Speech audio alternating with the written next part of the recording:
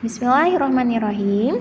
Assalamualaikum warahmatullahi wabarakatuh. Apa kabar semuanya? Sudah siap belajar untuk hari ini? Nah, pada pertemuan kita yang ketiga ini, kita membahas tentang pada bagian bab 1, yaitu mengenai hakikat pendidikan Pancasila dan kewarganegaraan. Karena di pertemuan sebelumnya kita sudah mengupas mengenai kontrak kuliah kesepakatan kita bersama, lalu kemudian untuk tugas mind mapping kita mengenai latar belakang sejarah Negara Kesatuan Republik Indonesia. Yuk langsung saja kita ke slide yang berikutnya. Nah, ini ada pepatah bijak yang mengatakan warga negara yang baik tidak dilahirkan, melainkan diciptakan dan dibentuk melalui pendidikan. Nah, bila teman-teman meresapi dari kalimat ini memiliki makna yang begitu dalam dan memiliki makna yang bisa menimbulkan multi tafsir. Namun di sini lebih kepada pesan bijak ini bahwa setiap orang itu terlahir dalam keadaan yang baik. Artinya warga negara yang baik itu tidak dilahirkan tapi diciptakan. Artinya ketika seorang manusia itu hadir di muka bumi ini, mereka tidak akan pernah bisa memilih melalui rahim yang manakah. Seperti itu. Nah, mau dari orang tua yang mana, mau dari garis keturunan siapapun, ya kan, semuanya artinya tergantung dari lingkungan seseorang itu lagi. Lalu kemudian di sini dibentuk melalui pendidikan, artinya pendidikan kita itu memiliki jalur formal dan memiliki kurikulum yang kemudian sudah tertata dengan apik dan juga memiliki tujuan yang baik.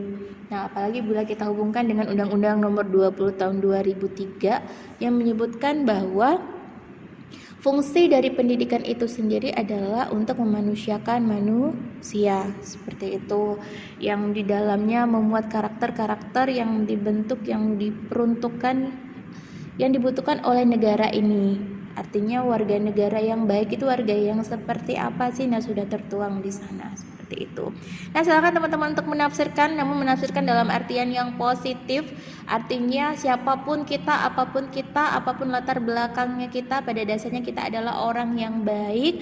Pada dasarnya kita terlahir dalam keadaan yang tidak tahu apa-apa, dan yang kemudian yang bisa melukis dan membentuk pengalaman kita adalah lingkungan yang ada di sekitar kita.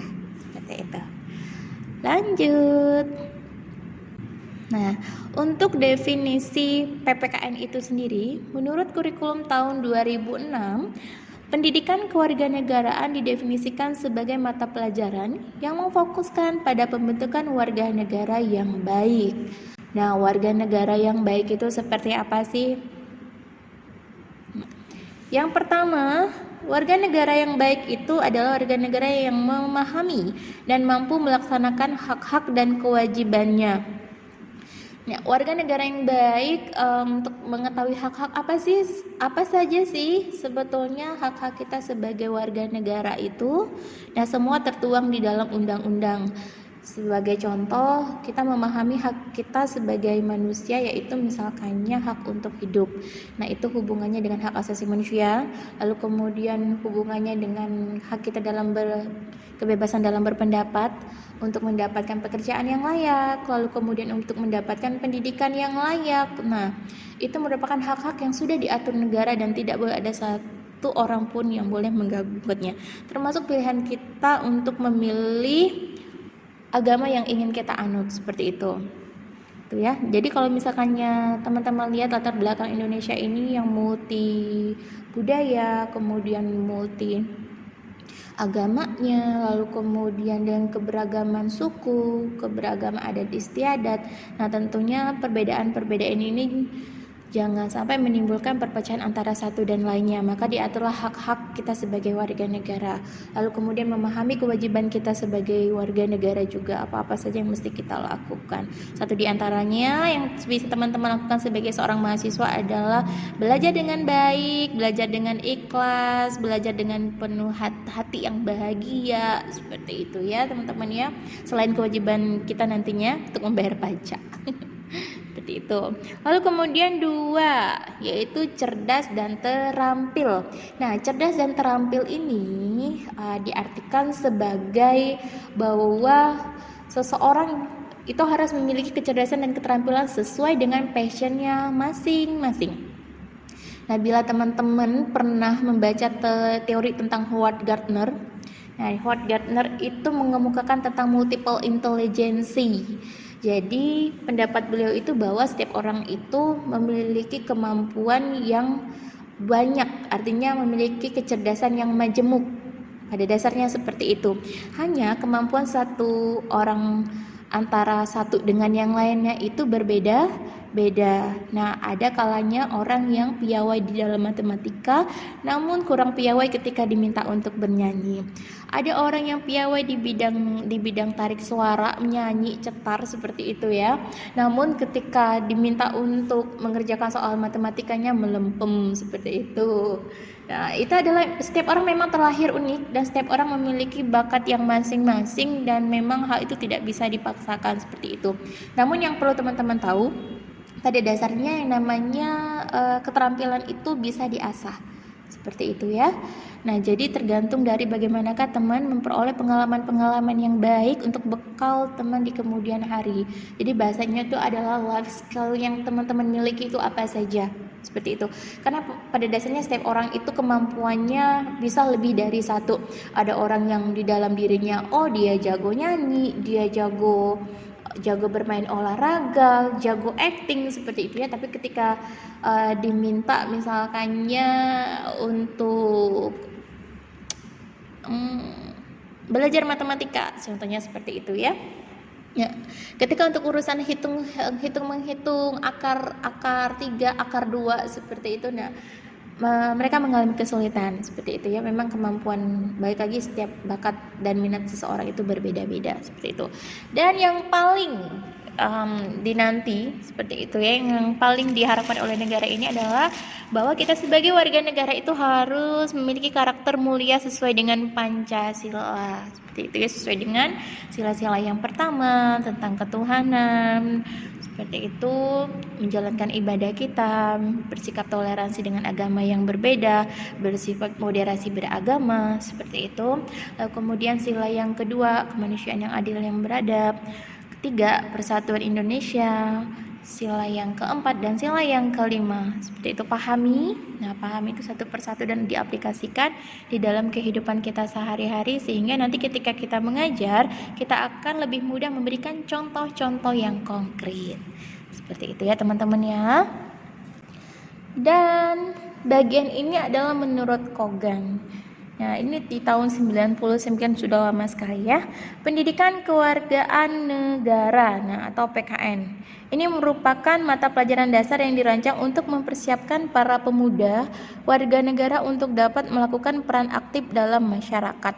Nah, nanti jangan heran ya teman-teman ya, nanti akan menemukan istilah-istilah yang memang berbeda-beda. Ada yang menyebut awal kemunculan untuk pengenalan Pancasila itu P4 seperti itu ya. Lalu kemudian PPKN, lalu kemudian PKN huruf besar, PKN huruf kecil, N-nya huruf kecil di belakangnya seperti itu. Nah, jadi di setiap kepemimpinan, setiap pergantian ke Menteri Pendidikan, nah itu biasanya memiliki kebijakan yang berbeda-beda antara satu dengan yang lainnya. Namun yang perlu kita tanamkan adalah menanamkan nilai-nilai Pancasila itu di setiap generasi. Itu yang paling penting ya. Nah, apa sih tujuan mata pelajaran PPKN itu? Nah, sesuai kurikulum yang berlaku saat ini, di kurikulum 2013 muara dari PPKN sebagai berikut, yaitu menguasai pengetahuan atau knowledge, lalu sikap dan nilai, attitude dan values-nya, dan kemudian keterampilan atau skill gitu ya, guna menumbuhkan semangat kebangsaan dan cinta tanah air. Jadi semua kemampuan ini muaranya menumbuhkan semangat kebangsaan dan juga semangat cinta tanah air, seperti yang pernah kita bicarakan pada topik tentang latar belakang sejarah dari NKRI tersebut. Lalu untuk tujuan mata pelajaran PPKN di kurikulum 2006, Nih ya, untuk 2006 ini yang pertama adalah berpikir kritis, rasional, kreatif dalam menanggapi isu kewargaan, lalu kemudian berpartisipasi secara aktif dan bertanggung jawab, bertindak secara cerdas dalam kegiatan bermasyarakat, berbangsa dan bernegara, serta anti korupsi. Lalu yang ketiga, berkembang secara positif dan demokratis untuk membentuk diri berdasarkan karakter-karakter masyarakat Indonesia agar dapat hidup bersama dengan bangsa-bangsa lainnya. Dan yang keempat, berinteraksi dengan bangsa-bangsa lain dalam percaturan dunia secara langsung maupun tidak langsung dengan memanfaatkan teknologi informasi dan komunikasi. Teman-teman, kenapa di sini Ibu mencantumkan juga tujuan PPKN pada kurikulum 2006? Karena untuk kompetensi dasar yang ada di dalam kurikulum 2006 khususnya PPKN ini juga include di dalam kurikulum 2013 seperti itu. Jadi tidak terpisahkan, jadi satu kesatuan. Pada dasarnya ini sama, hanya untuk di tujuan PPKN kurikulum 2006 ini lebih spesifik, jadi hubungannya bukan hanya antar warga negara namun juga hubungannya dengan bangsa-bangsa yang lainnya. Seperti itu. Nah, di sini mari teman-teman kita sama-sama menyanyikan lagu Tanah Airku. Nanti Ibu akan memberikan instrumennya dan kita nyanyikan secara bersama-sama ya. Oke.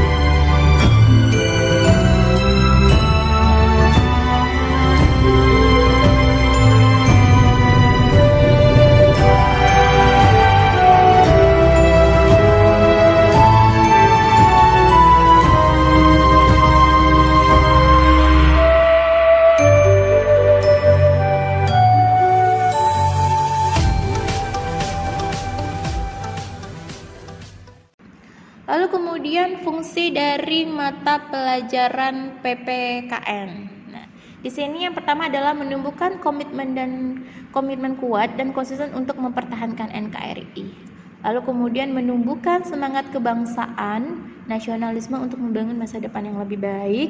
Dan yang ketiga adalah menumbuhkan kecerdasan warga negara atau civic intelligence, keterampilan warga negara civic skill, dan partisipasi warga negara civic participation. Seperti itu.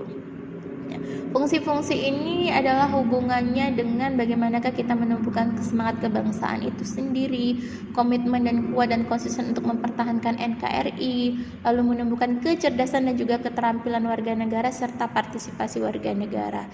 Jadi fungsi-fungsi PPKN ini pada dasarnya adalah untuk penanaman karakter-karakter yang baik sesuai dengan nilai-nilai kebangsaan, lalu kemudian yang sesuai juga yang termasuk di dalam Pancasila. Seperti itu. Nah, lantas apa saja sih ruang lingkup untuk PPKN itu sendiri? Nah, untuk ruang lingkup PPKN di sini, di dalamnya ada persatuan dan kesatuan bangsa, lalu kemudian norma hukum dan peraturan, lalu kemudian hak asasi manusia, lalu kebutuhan warga negara, konstitusi negara, kekuasaan politik, Pancasila dan globalisasi. Nah, teman-teman semuanya di sini di belakang setiap poin itu Ibu tandai ada 8 SK, 5 SK, 4 SK sampai dengan yang terakhir yang globalisasi 5 SK itu ya. SK itu adalah standar kompetensi. Dulu kalau di kurikulum 2006 namanya standar kompetensi, sekarang namanya KI atau kompetensi inti. Nah, yang untuk pada bagian yang ruang lingkupnya ini, nah ini ada lagi ininya ya, secara spesifiknya ada lagi. Nanti kita akan kupas pada bagian yang bab yang berikutnya. Jadi 8 SK ini terdiri atas berapa kompetensi dasar sih, seperti itu. Dan ini masih digunakan hingga saat ini, hanya pengistilahan standar kompetensi itu saja yang dihilangkan untuk kurikulum 2013, seperti itu. Demikian yang bisa Ibu sampaikan. Dan untuk sesi tanya jawabnya akan kita lanjutkan lagi untuk di grup WhatsApp seperti itu. Jadi teman-teman silakan untuk bertanya apabila dari penyampaian Ibu ada yang ingin teman-teman tanyakan semuanya. Seperti itu. Baik, terima kasih atas perhatian semuanya. Terima kasih. Ibu tutup dengan melafazkan hamdalah. Alhamdulillahirrabbilalamin. Wabillahi taufiq wal hidayah. Wassalamualaikum warahmatullahi wabarakatuh. Sampai berjumpa untuk di pertemuan yang berikutnya.